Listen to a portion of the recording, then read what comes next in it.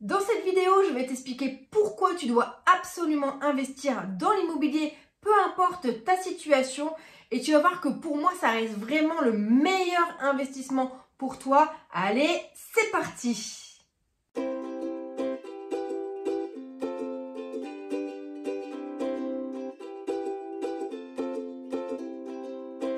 La première raison, c'est que ça va te permettre de récupérer du cash. Oui, je m'explique, du cash. Si tu es un petit peu patient, si tu achètes un bien que tu mets en location, que tu revends éventuellement dans 10 ans, imaginons que tu as un bien qui t'a coûté 200 000 euros, que tu revends à peu près 200 000 euros, dans 10 ans, tu vas pouvoir récupérer 100 000 euros. Est-ce que tu as déjà vu un rendement aussi important, récupérer 100 000 euros dans 10 ans? Si tu connais un placement, vraiment, moi, je serais très heureuse de le connaître. Donc, je t'invite à le mettre dans les commentaires. Donc, tu vois, ça peut être vraiment très intéressant. Après, moi, je te dis dans 10 ans, mais tu peux bien sûr le vendre avant. Hein, ça dépend bien sûr de ta situation. C'est pourquoi, moi, ça me semble vraiment un très, très bon placement si tu investis correctement. Le deuxième point, c'est par rapport à la retraite. Tu le sais, lorsqu'on arrive à la retraite, le salaire baisse considérablement et du coup, ton niveau de vie également. Donc, avoir des revenus complémentaires par rapport à l'immobilier, ça peut te permettre de toujours garder à peu près ce train de vie. Et également, en ce moment, nous, la retraite, les personnes de ma génération, on ne sait même pas si on va avoir une retraite. Donc, ça va peut-être te permettre de partir plus tôt à la retraite et profiter un maximum de la vie parce que on le sait bien, c'est lorsqu'on est à la retraite qu'on profite vraiment d'une certaine liberté. Donc ça va te permettre de vraiment profiter. Le troisième point, ça va te permettre d'avoir des revenus complémentaires. Eh bien oui, si aujourd'hui tu te plains parce que ton salaire n'est pas élevé, tu peux éventuellement investir dans l'immobilier pour augmenter tes revenus. Moi, c'est ce que j'ai fait lorsque j'ai investi sur l'île. Je louais mon bien en location saisonnière et ça m'a permis d'avoir effectivement des revenus complémentaires.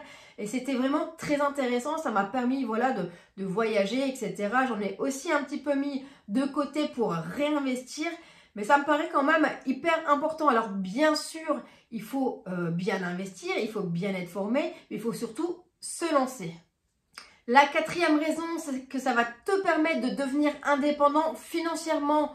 Oui, tu peux encore devenir indépendant financièrement, même à cette époque, si tu investis correctement. Il y a plusieurs solutions qui s'offrent à toi. Tu peux faire de l'achat-revente, c'est-à-dire acheter par exemple un bien, tu y vis quelques temps dedans, tu fais des travaux et tu le revends avec une belle plus-value et tu continues tes investissements, faire de la colocation, de la location saisonnière, de la location classique. Il y a encore pas mal de choses encore à réaliser et tu peux encore avoir de bonnes affaires.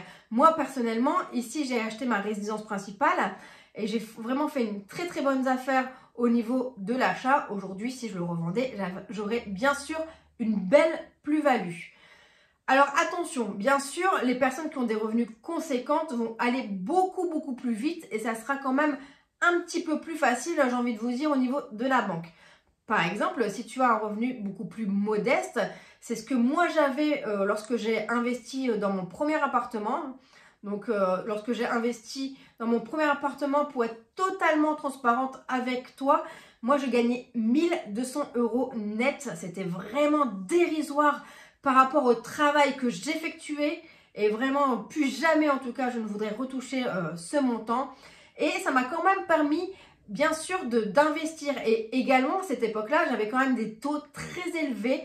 Et j'ai investi, j'ai fait de la location saisonnière. Et finalement, voilà, j'ai eu une bonne rentabilité. Donc, il y a toujours des bons investissements. Il suffit bien sûr de se former et de passer à l'action. La cinquième raison, et là on va en parler d'un sujet un petit peu plus triste, c'est que en ce moment on le sait, hein, on meurt de plus en plus âgé et ça devient plus complexe parfois pour les enfants de gérer les parents lorsqu'ils deviennent un petit peu invalides. Et au bout d'un moment, malheureusement, tes enfants seront obligés de te placer en EHPAD. La problématique, c'est que l'EHPAD, ça coûte super cher. Ça coûte entre 2000 et 2005. Donc ça coûte vraiment très très cher.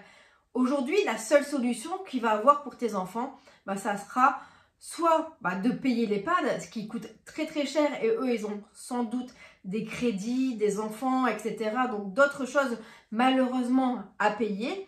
Donc si tu n'as pas ta maison, si tu n'es pas propriétaire de ta maison, comment tes enfants vont faire pour s'occuper de toi? Il faut absolument qu'ils vendent la maison pour pouvoir financer ton EHPAD. Donc tu vois, ça me paraît quand même très important d'investir dans l'immobilier, même d'avoir juste ta résidence principale, c'est essentiel. Et la problématique, j'ai envie de te dire, c'est que imaginons tu as 2 enfants, un qui n'est pas solvable et un autre qui est solvable, c'est celui qui va être solvable qui va devoir tout payer. Donc c'est pas vraiment juste par rapport à tes enfants, je trouve. Parce que voilà, tu as 2 enfants, mais finalement, il n'y en aura qu'un qui devra payer ton EHPAD. Donc, c'est pour ça que pour moi, c'est important quand même d'avoir au moins ta résidence principale. Le 6e point, ça va être d'avoir une plus-value. Eh bien oui, aujourd'hui, si tu investis dans l'immobilier, tu achètes un bien où tu dois rénover, etc. à un bon prix, et tu le revends avec des prestations de qualité, tu peux effectivement avoir une plus-value. Et ce qui peut être intéressant, c'est que tu peux éventuellement, selon tes désirs, soit tu utilises cette plus-value pour réinvestir, faire du locatif, etc. Ou tu peux utiliser cette plus-value pour acheter ta résidence principale et du coup diminuer tes mensualités ou aller à rigueur ne plus payer de crédit du tout. Payer comptant ta résidence principale. J'ai envie de te dire, quand tu as 25 ans de crédit, ça fait mal. Donc, si tu peux utiliser en tout cas ces techniques pour éviter de ne plus payer dans 25 ans, si tu peux réduire éventuellement cette date à 10 ans, c'est génial. En tout cas, moi, c'est vraiment un de mes objectifs de ne plus payer ma résidence principale. La 7e raison, ça va être de transmettre un patrimoine aux enfants. Certaines personnes veulent juste investir pour transmettre un patrimoine aux enfants, ce qui est très très bien. Donc, il faut savoir qu'au niveau de la transmission du patrimoine, lorsque vous avez, par exemple, on va prendre un enfant, il y a un abattement pour chaque parent de 100 000 euros. Donc, imaginons que tu as une maison qui coûte 200 000 euros. Donc, tu as le père et la mère, ou la mère et la mère, ou le papa et le papa. Ils donnent en quelque sorte fiscalement 100 000 euros. Donc, ça veut dire qu'il y aura un abattement de 200 000 euros.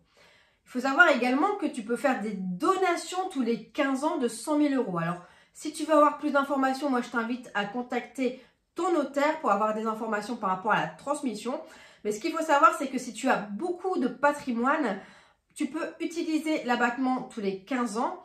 Et moi, je te conseille quand même d'aller voir le notaire ou d'aller voir un gestionnaire de patrimoine pour voir comment tu peux arbitrer ça. Parce que l'idée, c'est pas d'avoir beaucoup de patrimoine et que finalement, tes enfants doivent payer énormément de fiscalité lorsque tu partiras. La 8e raison, c'est que tu seras plus serein.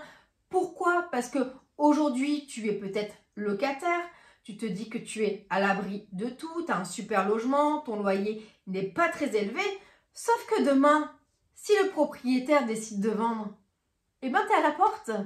Ça veut dire que toi, aujourd'hui, tu n'auras plus de logement. Donc, acheter ta résidence principale, ça te permet d'être serein et de toujours pouvoir rester dans ton bien. Parce que tu penses peut-être que tu loues ton bien, donc tu es vraiment serein, mais ce n'est pas du tout le cas. Aujourd'hui, si le propriétaire a besoin d'argent, il va demander congé au locataire pour que tu sois expulsé.